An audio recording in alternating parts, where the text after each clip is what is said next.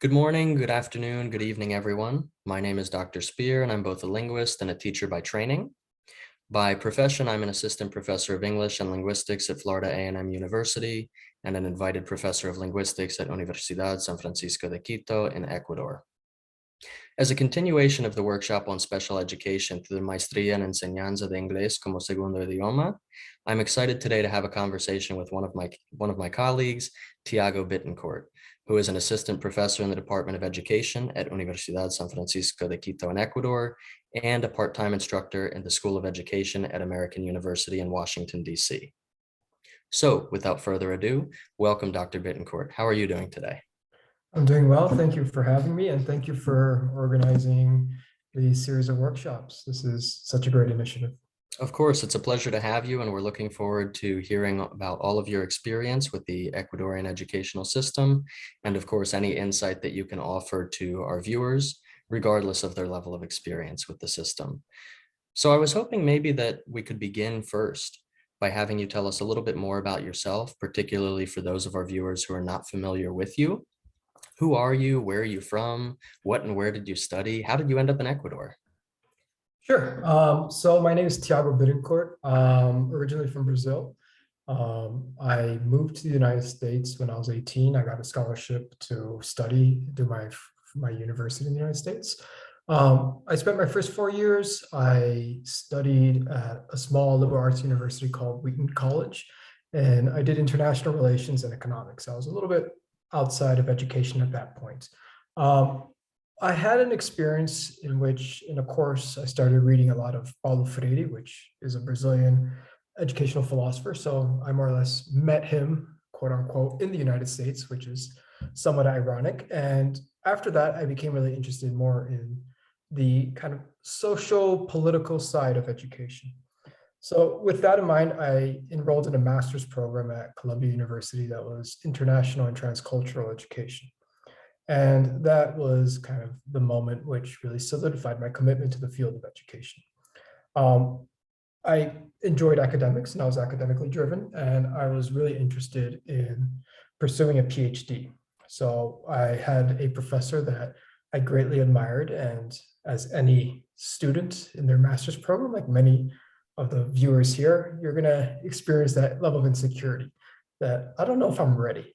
I don't know if I'm good enough. So I went to him for validation to see if he would think, or at least he'll tell me that I am worthy of doing a PhD.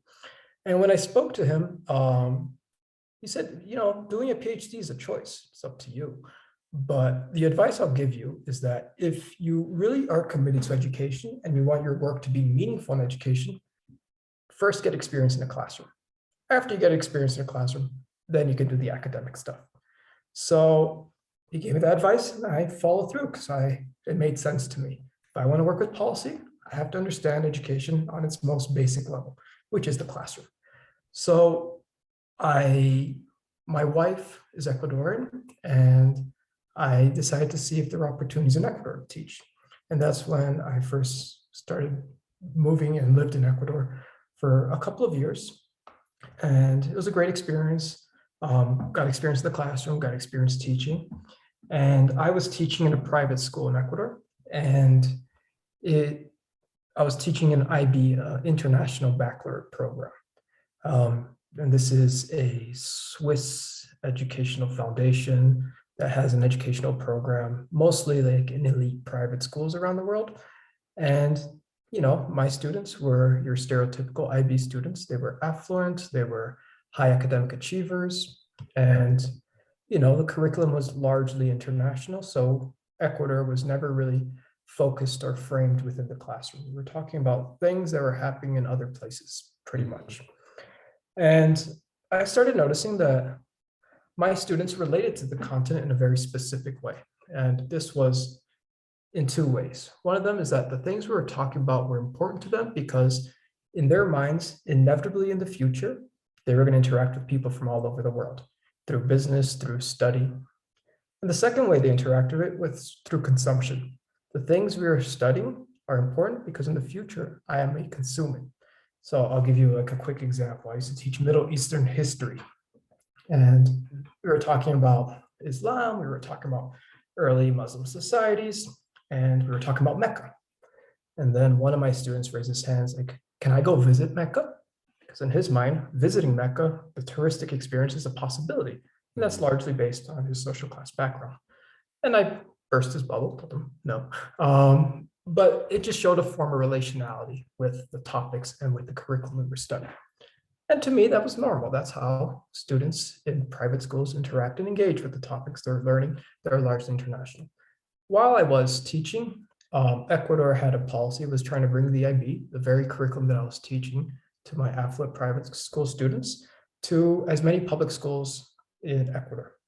And that kind of triggered some curiosity and concern. The curiosity was that I was curious about how students from very different social, economic backgrounds would be relating to this content that is very distant from the realities perhaps that we're experiencing. And they'll probably be relating it in a very different way than my students in this private school. And the second concern was about dissonance.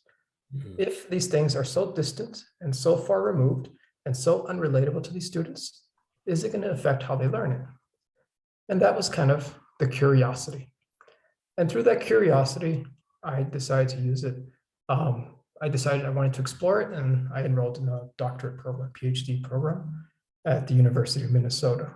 And while I was at the University of Minnesota, refined my ideas, and eventually I did a study in Ecuador that compared students similar to my private school students, their experiences with the program, to public school students in a low-income school, and how they experienced the program. And that became the premise of my dissertation. And then from there, I worked a year at the University of Minnesota as a lecturer.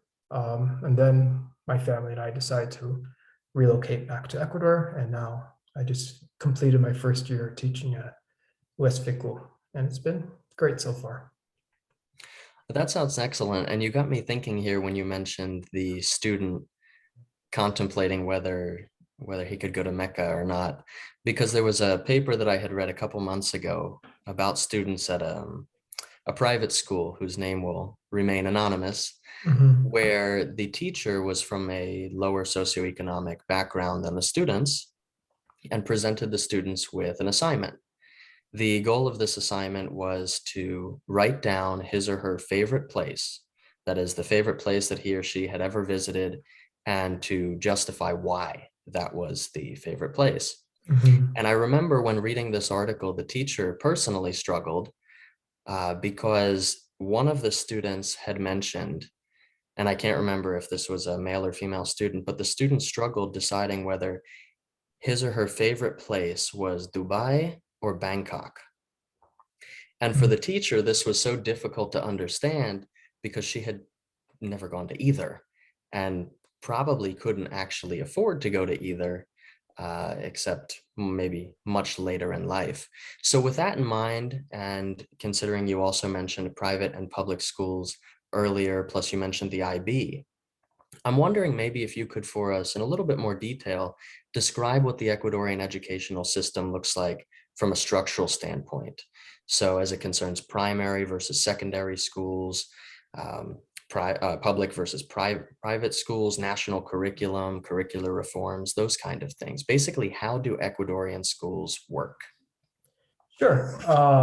So I think to understand how Ecuadorian schools work, it's good to take a few steps back and think about how were Ecuadorian schools working previously.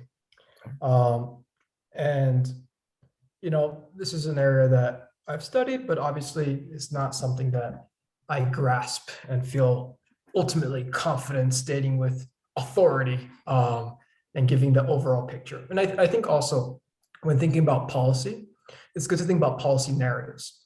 Is that a lot of times there are policies, people write about those policies, and they create stories about those policies.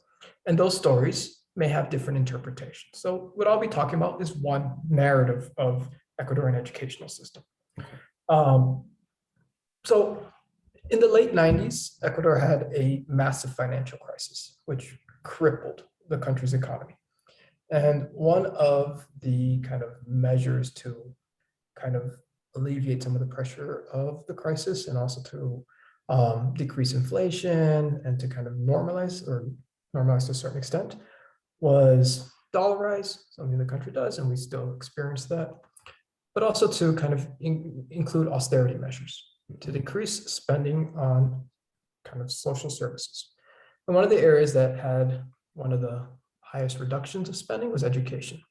Education, there's one author who describes the results being that public education was politically orphaned at this time.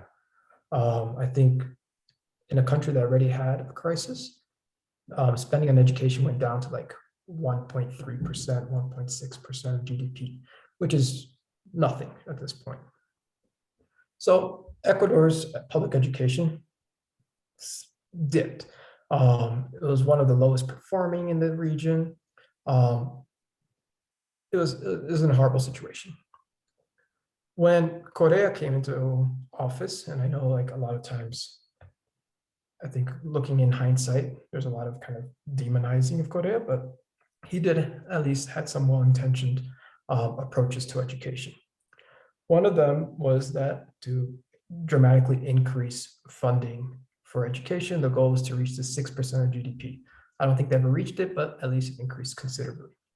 The other thing was that public schools prior were kind of working almost in isolation. And it was to the point that it would be really far-fetched to call public schooling in Ecuador as a system per se, because it wasn't structured. It was pretty much individual schools doing their own thing. And in some cases, this really worked. There were some really amazing public schools that offered their own curriculum, had their own hiring policies, but there was a lot of really low performing schools. So what Correa did at the time was that he decided to reform education, a lot of times to standardize education. So you start seeing new measures for how we hire teachers, new measures for a standardized curriculum, which is now the Bachillerato General Unificado. You start seeing kind of standardizations of teacher salaries, because a lot of times you had public schools that were excellent, in part because they were able to attract the best teachers by offering much higher salaries than other public schools. And they also had their own admission policies, so they were able to attract largely middle school students. So you have this kind of process of trying to standardize education in the country. And this process, I think, has some mixed results. One thing it does is that overall, it increases kind of attainment in the country. So standardized scores in Ecuador, overall, they rise. The problem is that, in my view at least, one of the effects was that you have previously these great public schools and these kind of really mediocre ones, is that the mediocre ones went up, but the great ones went down. So you start seeing schools that were, kind of emblems of Ecuador, such as like Benalcázar, which at one point was one of the better schools, regardless of public or private status. You see a huge decline in that school. We also see the rise and the improvement of many of lower performing schools. You also start seeing, through centralization and through more standardization, you start seeing other issues come in. One of the big ones that's one of the more controversial issues was the millennium schools that were built throughout Ecuador. And these schools were aimed as a way of greater form of monitoring. You close all the communitarian schools and have them all go to these centralized state-of-the-art schools. And that a lot of times meant closing down indigenous schools. It meant that students had to be, well, in the US we call bused. A lot of times bus systems are even working, having to commute an hour or 2 hours to get to a school.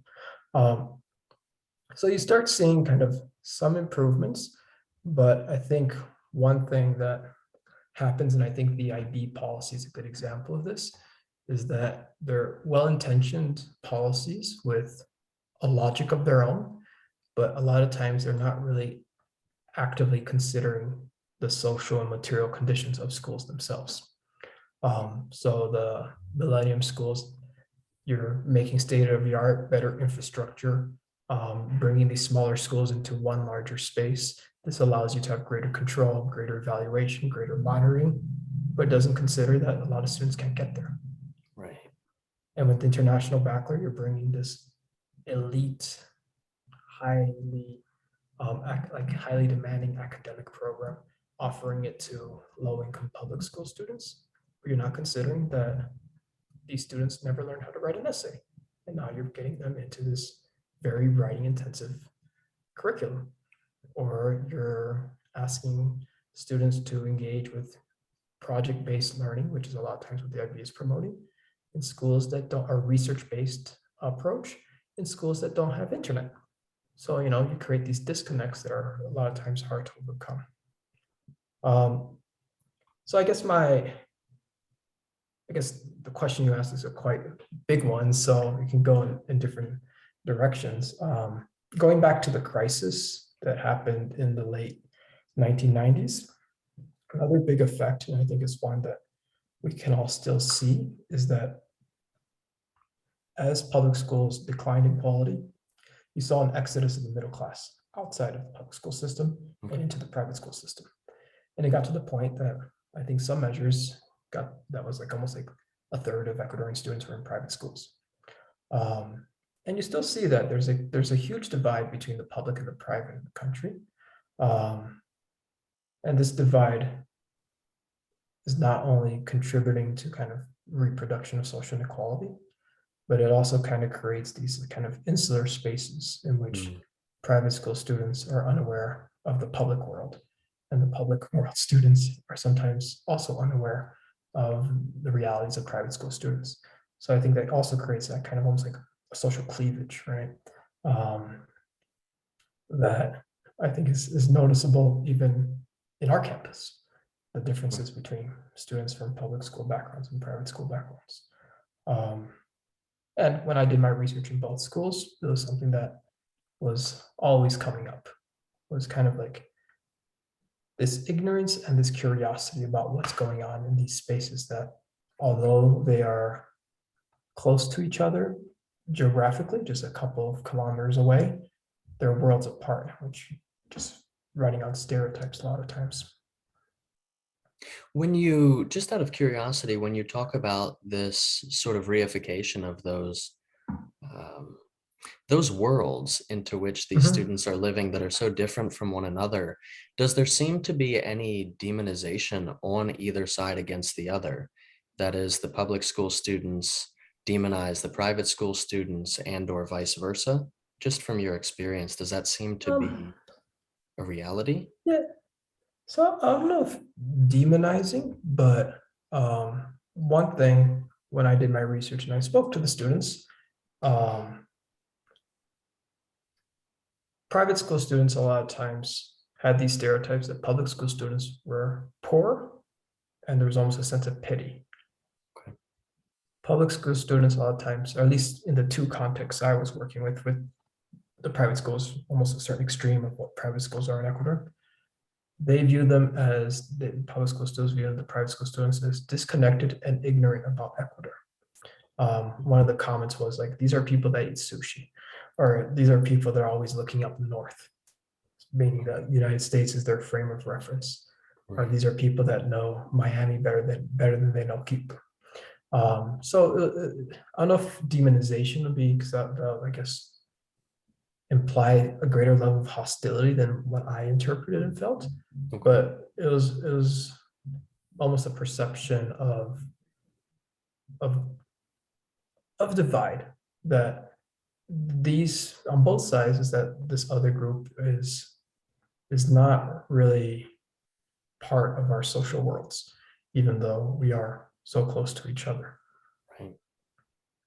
Well, and I think it's also really interesting that you mentioned that even if these positive changes are implemented in a particular school, that one of the big issues is just getting kids there in the first place. And this is, of course, something that we see in the United States as well, right? Which is where I'm from and where you've spent a significant period of time.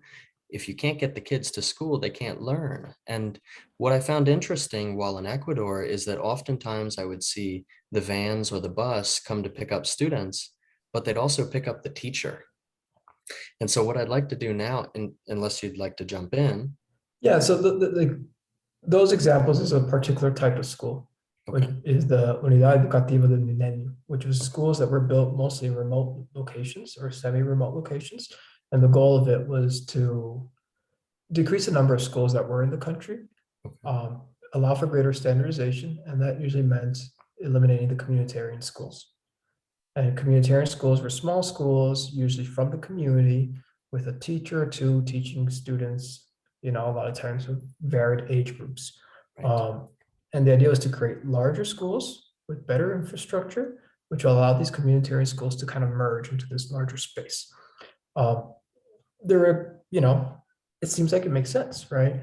The big critique was one of them was that you're not considering the difficulties of movement that require students to get to the school. The other critique is that a lot of times communitarian schools were taught by members of the community, usually if it's an indigenous community from indigenous members, and usually teaching based on different kind of epistemologies, different kind of cosmologies as well.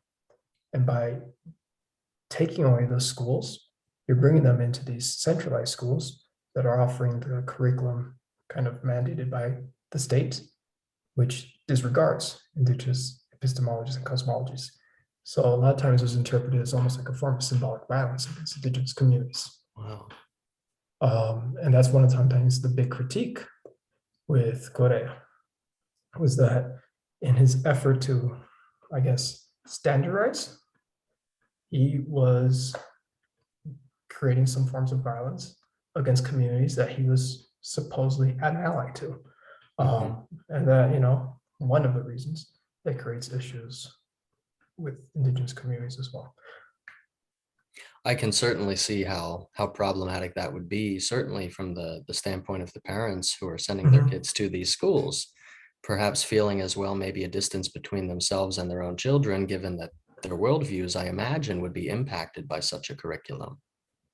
Yeah, I think a lot of times parents, at least we see this less, well, at least what I've seen with language, is that parents a lot of times, for example, want their kids to be fluent in Spanish, and therefore they don't want to teach Quechua or Shuar to their kids because they view that as the kind of the language of power. So Right. I think sometimes teaching the curriculum and focusing on more Eurocentric cosmologies, which are kind of the focus of the curriculum. I don't know if it was necessarily viewed by parents as a bad thing, but it became a source of critique, I think, a lot by other communities, viewing this as kind of an affront to kind of indigenous autonomy as well. Right. That makes sense. So the students are in these classrooms and they're being offered this instruction, whether it's being handed down from the national government or from a given school by teachers. So what exactly does teacher training look like, or teacher preparation in Ecuador? How does somebody become a teacher? What kind of formal education is required or experience in order to do so in the first place? Yeah, so this is not really my wheelhouse, so I'll give my understanding of it.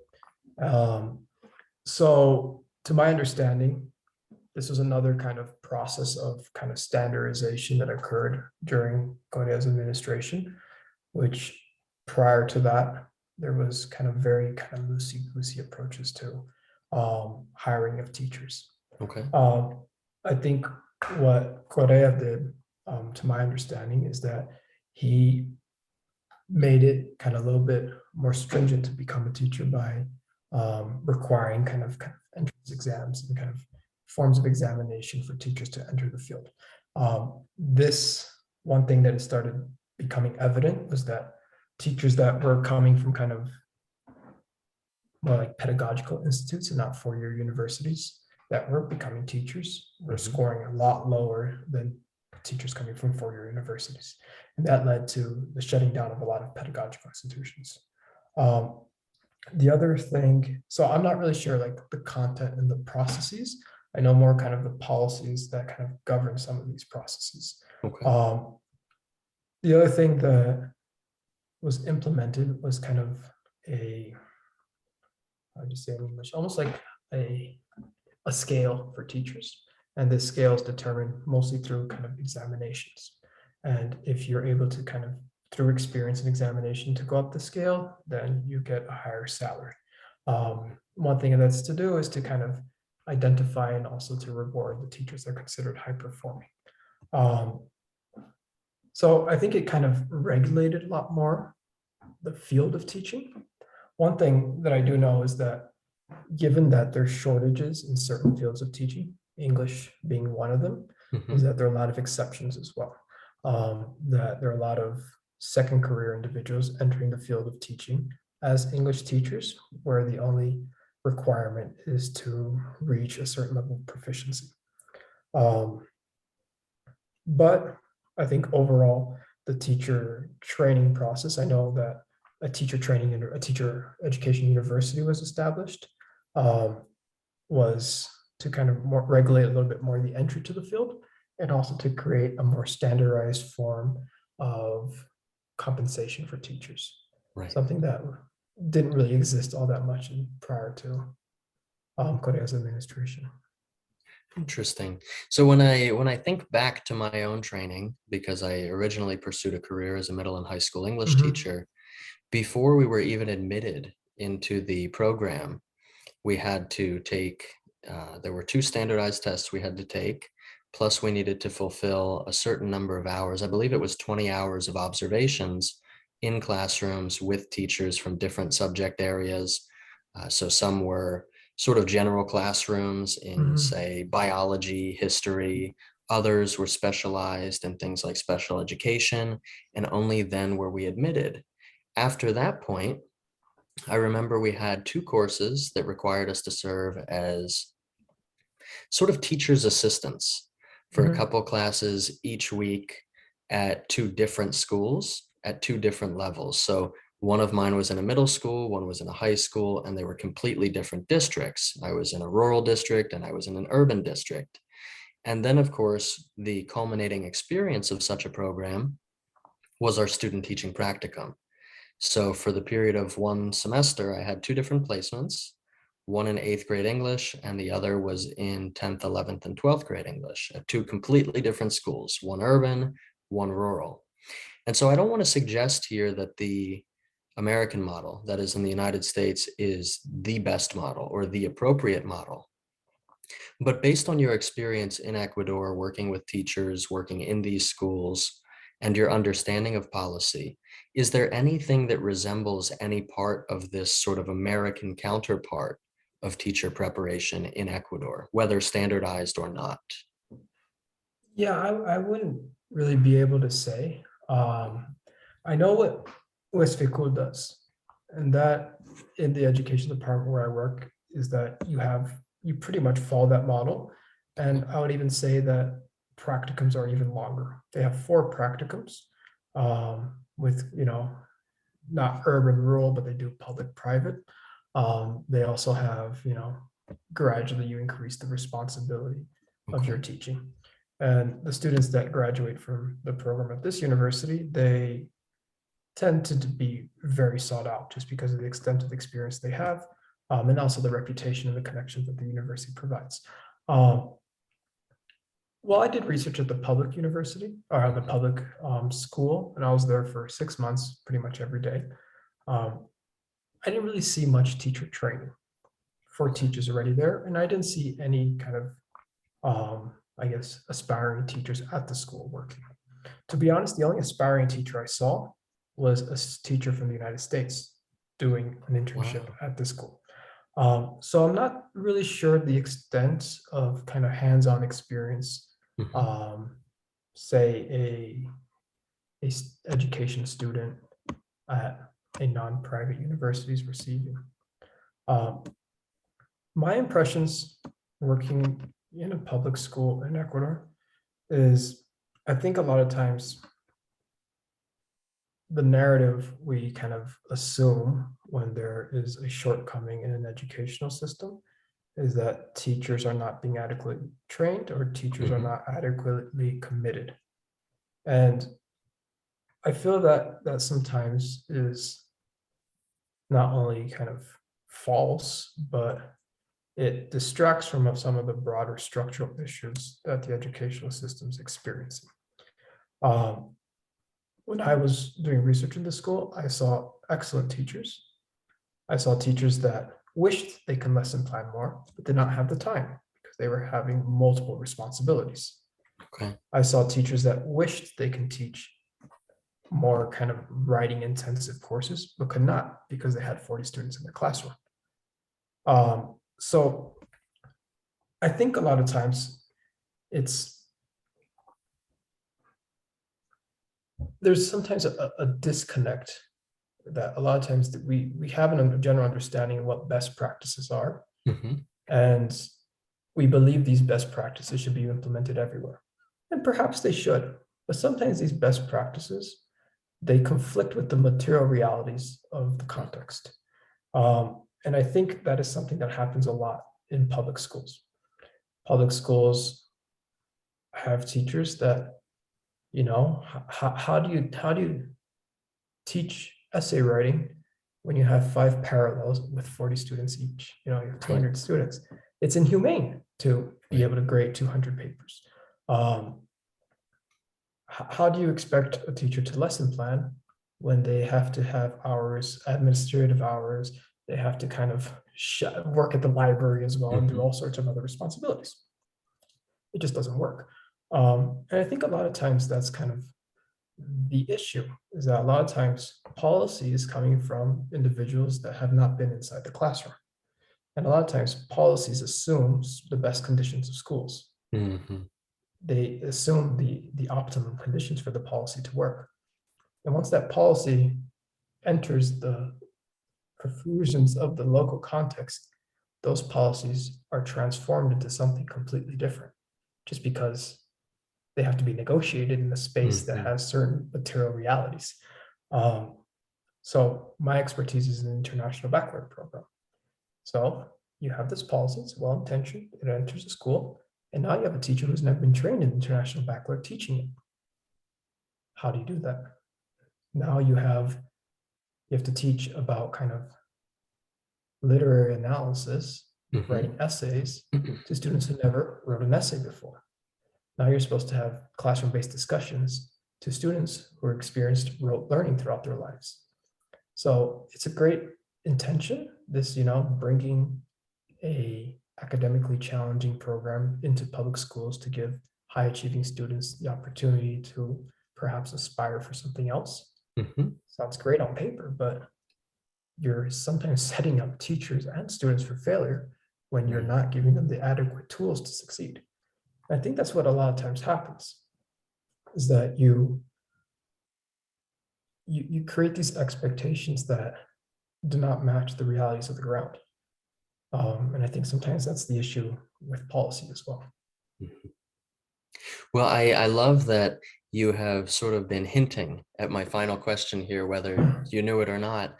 I'm curious, right? Because during this conversation, you've mentioned on a couple occasions that, of course, there is this divide between the realities of students who are attending public versus private schools, for instance, those undertaking the IB curriculum versus those who are not.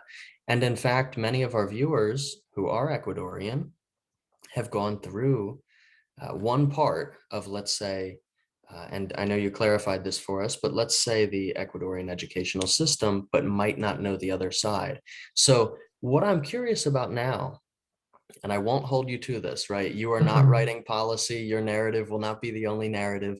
But based on your experience, what do you think the biggest strengths and areas for improvement are in Ecuadorian schools? And do you think perhaps that it differs not necessarily from one school to another school, but one type of school to a different type of school, or one area to a different area? So the strengths and then areas of improvement. Yes. That was the question. Um, in terms of strengths, my experience with schools in Ecuador has been with a very small sample. So when I can speak of strengths is based on the things that I witnessed, which is very particular schools, which may not represent the reality of other schools. What I've seen in terms of strengths is that I've seen brilliant kids very, very bright students and very committed students as well. Mhm. I've seen teachers that, are able to improvise, and improvisation a lot of times is kind of demonized in education because like we have to lesson plan, we have to work towards standards, or we have to work towards helping students achieve certain kind of examination goals. Mm. But sometimes improvisation is a wonderful skill to have when you're receiving something that you have to do and you're negotiating in a context that sometimes is precarious to a certain extent. And improvisation is a skill that I think a lot of people don't have. And I see teachers that were able to masterfully improvise. And that was including, how do I teach this really foreign curriculum to students who perhaps haven't even left their hometowns? How do I make it meaningful to them? That's a Mhm. skill that, is amazing. And teachers were able to do that. So this kind of form of improvisation, I think, is sometimes that as an outsider, we might critique it because Okay. it seems like it's not, this is kind of winging it, but it's a skill that's is valuable. Um, I think Ecuadorian public education has also improved. I think COVID took a big hit. I don't really know what the numbers are now, but it was an educational system that 10, well, more than 10 years now. So there used to be an exam called the CERCE, and in the CERCE, Ecuador in language arts and math was one of the lowest performing in the region. When the TERCE came, which was the one that followed this exam, Mhm. Ecuador is one of the countries that had the biggest gains. So it's a system that has improved and has shown some gains. I think those gains may slowly being lost with COVID, and also with, Korea was also a beneficiary of high commodity prices. So there was money entering the coffers, and then he was able to, spend and sometimes overspend.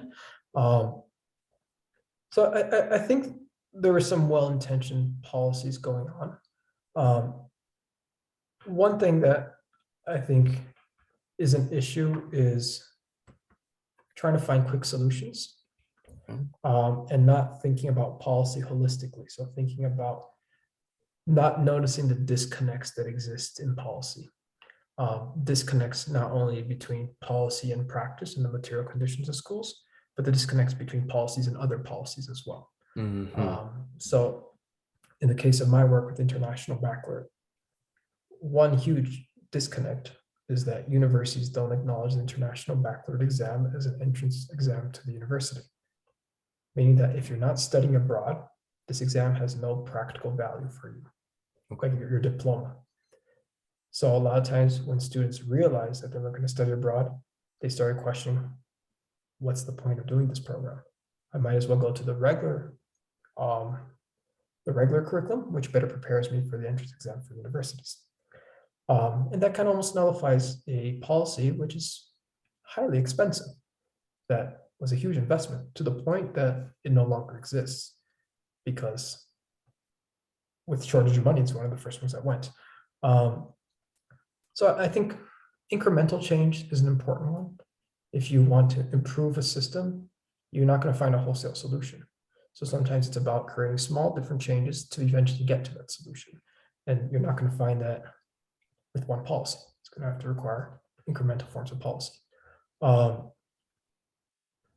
think that in terms of the kind of social divides, that's a tricky question, just because there has to be kind of a vested interest in addressing these issues. And I don't know if there is.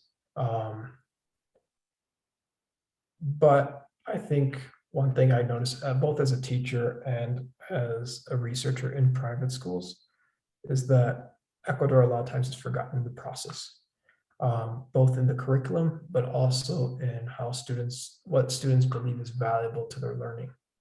So I remember my experience, I used to be an 8th grade history teacher, and I would teach pretty much European history and Middle Eastern history. And there was a parallel class, another class, which was national reality, which was basically looking at kind of pre-Columbian societies until kind of present day. And I remember a student coming to me and saying, I like your class because we learn what's important. Hmm. And, that gave me pause. It's like, how the hell? I'm teaching things that don't matter, basically. The Right. other teachers are the one that's teaching important, but they like mine because mine taught them what's important. And I think that a lot of times it's about giving value to that which is from the outside, a lot more to that what's from the inside. And I think that's something that happens throughout Latin America, is that public school students criticize private school students as always looking north, but it's, it's to a certain extent true, right? Um, Private school students are looking north and they value what's in the north. Um, so maybe finding a way of kind of disrupting that to a certain extent to look to our immediate surroundings as well and giving value to that as well, which is something that perhaps is lacking at this point. I think that sounds like a great point. I mean, disruption, if done effectively and Mhm. appropriately, can be beneficial. It reminds me of a text from many years ago now. I guess it's about 50 years old, about teaching as a subversive act, which, of course, is the first thing that came to my mind. But, Mhm. but we are pretty close to the end of our conversation here. So I just wanted to take a moment to say, not only on my behalf, but also on behalf of the viewers, that you have given us so many insightful topics here about which to think. And, I understand that you're not offering us the solutions here in this conversation, but that isn't necessarily the goal in the first place, right? But rather, as you mentioned, step by step, one of these little changes after another will lead to the bigger changes that we need to see in the schools. So I just wanted to take a moment here to thank you for your time, for speaking with us, and for sharing all of your wisdom based on your experience. Yeah, I appreciate it. And just kind of a small caveat, and this is probably something I should have said earlier, is that my knowledge of policy on Ecuador is based on my research. My research focused on a specific policy, but to understand that policy, I had to kind of try to understand the policies that kind of surround that policy, which then involves the greater picture of educational policy in Ecuador. My focus is usually in IB, so there are gaps of knowledge in my understanding of the others' policies, but hopefully my rambles provide some some insight, or at least my perspective as an outsider about an educational system which is far more complex and nuanced than any 30-minute explanation could provide, and far more complex and nuanced than my own understandings of it. Well, I can guarantee that any gaps in your knowledge are far smaller than certainly my own, and perhaps many of the viewers as well. So, regardless of the size of them, thank you very much. Yeah, appreciate it. Thank you for having me. Of course.